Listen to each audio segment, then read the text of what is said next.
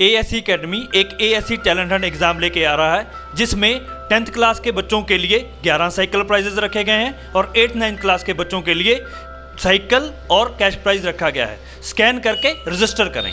कुर्सी पे बैठने वालों को जमीन की अहमियत याद रहे, सच दिखाते हैं आप। सच का सामना में आपका एक बार फिर स्वागत है।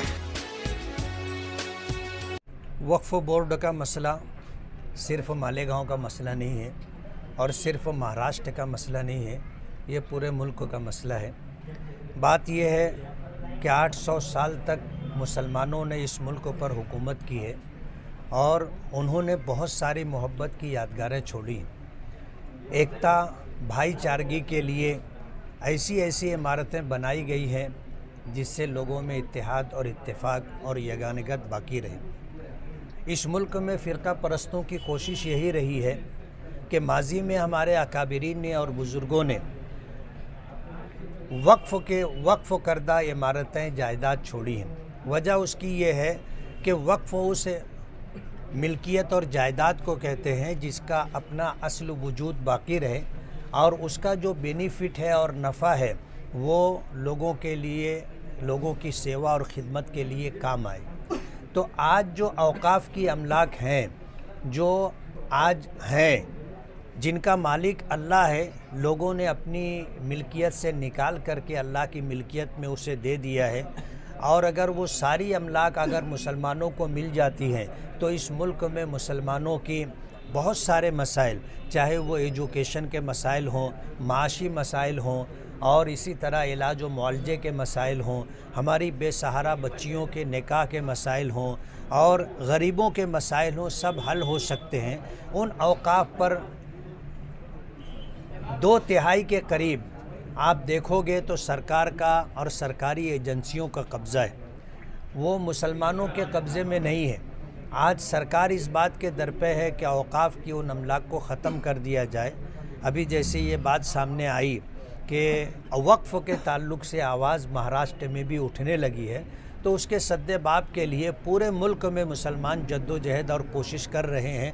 वक्फ़ के तहफ़्फ़ुज़ के लिए हम भी कोशिश करेंगे और जमीयत उलमा, जिसका मैं मकामी सदर हूँ, इसके वक्फ़ के तहफ़्फ़ुज़ के लिए जमीयत उलमा के मरहूम सदर हज़रत मौलाना सैयद असद मदनी नव्वरल्लाहु मरक़दहू ने वक्फ़ एक्ट 1995 बनवाया था।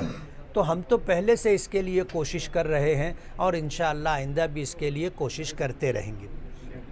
महाराष्ट्र में अभी सीएम कौन बनना चाहिए, इस पे चल रहा है, फडणवीस, शिंदे, ये तो आप क्या? हम तो ये चाहेंगे कि ऐसा शख्स सीएम बनना चाहिए जो सबको साथ लेकर के चले, तमाम मज़हब के मानने वाले, तमाम बिरादरियों को साथ में ले कर के चले और महाराष्ट्र तरक्की करे। हम ये चाहेंगे और इस मुल्क में ये जो सियासी तौर पर इक़्तिदार मिलता है ये वक्ती इक़्तिदार होता है और आज इस वक्त गठजोड़ की सरकार है, गठबंधन की सरकार है, इसलिए ये उनके अपने दाखिली मसाइल हैं कि वो किसको सीएम बनाते हैं और किस तरह जो है हुकूमत बनती है और मिनिस्ट्रियों की तकसीम किस तरह होती है, वो उनका अपना दाखिली मसला है। हम तो ये चाहेंगे कि ऐसा शख्स चीफ़ मिनिस्टर बनना चाहिए जो महाराष्ट्र के हित में और महाराष्ट्र वासियों के हित में अच्छे फ़ैसले ले। संभल में जो हो रहा है अभी, उसके ताल्लुक़ से आप क्या कहेंगे? जमीयत उलमा कोई कदम उठाएंगे? जमीयत उलमा तो हमेशा इस बात के लिए कोशा रही है कि हमारी जो मस्जिदें हैं और हमारे जो औकाफ़ हैं उनका तहफ़्फ़ुज़ होता रहे और जमीयत उलमा इस मामले को ले कर के पूरे मुल्क में, चाहे वो मुसलमानों का मसला हो या मुसलमानों से जुड़ी हुई औकाफ़ या जायदादों का या मस्जिदों का, मदरसों का मसला हो, उसके लिए जद्दोजहद करती रही है और इंशाअल्लाह करती रहेगी। संभल में ज़्यादती हो रही है, बहुत ज़्यादा जुल्म किया जा रहा है और 4 लोगों की मौत हो गई है, तो आप जांच का ये करेंगे मुतालबा? या जमीयत उलमा, मरकज़ी जमीयत उलमा इंशाअल्लाह इस सिलसिले में पेशकदमी करेगी।